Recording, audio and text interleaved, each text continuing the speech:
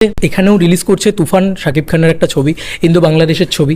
তো সেই ছবিটাকে নিয়ে তুমি কি কম্পিটিশন হিসেবে দেখছো, নাকি তুমি সাদরে আমন্ত্রণ জানাবে? না, বাজার খোলা আছে, যে কেউ আসতে পারে। 90s-এই খুলে গেছে গ্লোবালে, 90s-এই খুলে গেছে।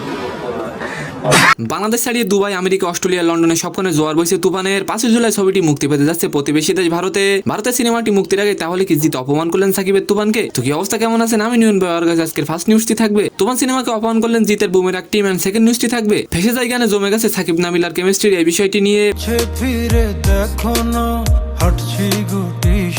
ভিডিওটি সম্পূর্ণ দেখুন, তাহলে অনেক কিছু জানতে পারবেন। তুফান বর্তমান সিনেমাটি দেশের প্রেক্ষাগৃহে ঝড় তুলেছে। তুফান বর্তমানে সিনেমাটি দেশের প্রেক্ষাগৃহে ঝড় তুলে এখন বিদেশের মাটিতে রমরমিয়ে ব্যবসা করছে সাকিবের। তুফান সিনেমাটি বাংলা সিনেমার জগৎকে একরকম পরিবর্তন করে দিয়েছে বলা যেতেই পারে। তুফান দেখে এমনই মন্তব্য করছেন দর্শক মহল। আগামী 5 জুলাই ভারতে মুক্তি পেতে যাচ্ছে তুফান সিনেমাটি। কলকাতার মেট্রো রেলও চলছে সিনেমার প্রমোশন। তবে মুক্তির আগে ঘটে গেল এক অবাক কাণ্ড। কলকাতার একটি ইউটিউব চ্যানেলে একটি সাক্ষাৎকারে সাকিবের তুফান সিনেমার মুক্তি নিয়ে জিতের কাছে জানতে চান, সাকিবের তুফান মুক্তি পাচ্ছে, আপনি কি এটা প্রতিযোগিতা হিসেবে দেখছেন? জবাবে জিত বলেন, না, বাজার অনেক আগেই খোলা রেখেছি, যে কেউ আসতে পারে। এ সময় বুমেরাং সিনেমার পরিচালক বলেন, 90-এর দশকেই বাজার খুলে রেখেছি, আপনি অবশ্যই এই বিষয়টি নিয়ে একটি কমেন্ট করে যাবেন। আর এবার আলোচনা করব তুফান ছবি আরো একটি গান ফেসে যায় প্রকাশিত হয়েছে সোমবার সকালে।